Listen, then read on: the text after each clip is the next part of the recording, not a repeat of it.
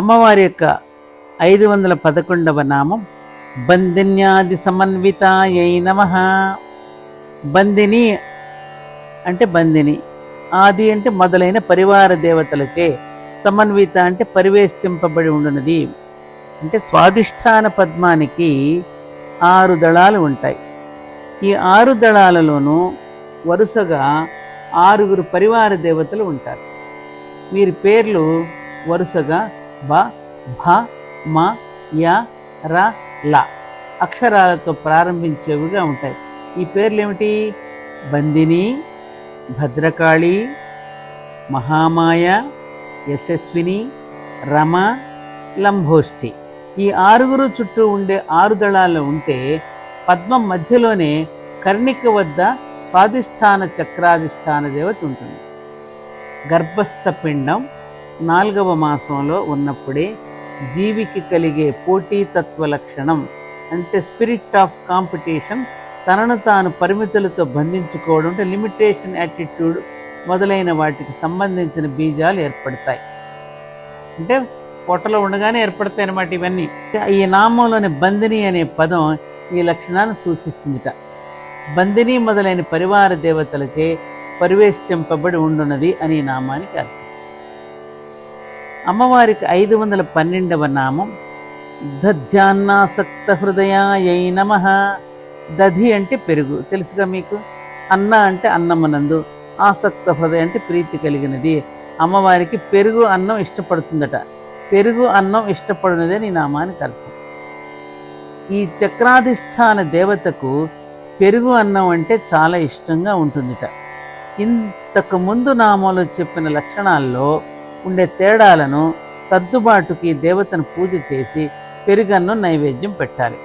అన్నప్రాసన జరిగిన శిశువుకు కూడా పాయసాన్నం, నెయ్యి అన్నం, బెల్లం అన్నం అయిన తర్వాత పెరుగన్నం ప్రారంభించమని సూచన ఈ నామంలో ఉంది. అందుకే మన భోజన పద్ధతి ఎప్పుడూ కూడా ఈ వరుస క్రమంలోనే మన భోజన పద్ధతులు కూడా ఇలాగే ఉంటాయి. ఇక్కడ మనం అది గ్రహించుకోవాలి. దానిలో గొప్ప ఆరోగ్య సూత్రం కూడా ఉంది. అమ్మవారి యొక్క 513వ నామం కాకినీ రూపధారిణ్యై నమః. అంటే కాకినీ పేరు గల దేవతగా రూపమును ధరించి ఉండునది అని అర్థం. స్వాధిష్టాన చక్రాధిష్టాన శక్తి దేవత పేరు కాకిని. ఈ చక్రాధిష్టాన దేవతకు సంబంధించిన బీజ కీలక న్యాస మంత్రాలన్నీ కకార సంబంధంగా ఉంటాయని కాకినీ నామంలోని మొదటి అక్షరం కా సూచిస్తుంది. ఇంతవరకు చెప్పిన విశేషణాలు, వివరాలు, లక్షణాలు అన్నీ ఉండే పేరు స్వాధిష్టానాధిష్టాన దేవత పేరు కాకిని. ఈ దేవతకు చెప్పిన లక్షణాలు, వివరాలన్నీ స్వాధిష్టాన దేవతా ధ్యానానికి చెప్పిన ఈ శ్లోకంతో మరియు గుర్తుపెట్టుకుని. ఏమిటా శ్లోకం? స్వాధిష్టానాఖ్య పద్మే రసదళ సహితే వేద వక్త్రాం త్రినేత్రాం హస్తాభ్యాం ధారయంతీం త్రిశిఖ గుణ కపాలా భయన్యాత్త గర్వాం మేధోధాతు ప్రవిష్టా మళిమద ముదితాం బందినీ ముఖ్యయుక్తాం పీతాం దజ్జోదనేష్ట మభిమత ఫలదాం కాకినీం భావయామః. అమ్మవారి యొక్క 514వ నామం మూలాధారాంబుజారూఢాయై నమః. అంటే మూలాధార పద్మమునందు అధివసించునది అని నామానికి అర్థం. మనలోని మొత్తం భౌతిక శక్తిని అంతటను నియంత్రణ చేస్తూ ఉండే చక్రాన్ని మూలాధారం అంటారు.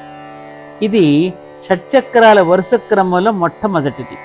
ఈ చక్రం తాలూకు కొన్ని వివరాలు ఇంతకుముందు మనం చెప్పుకోవడం జరిగింది. ఈ మూలాధార చక్రాన్ని కూడా 4 దళాల పద్మంతో పోలుస్తారు.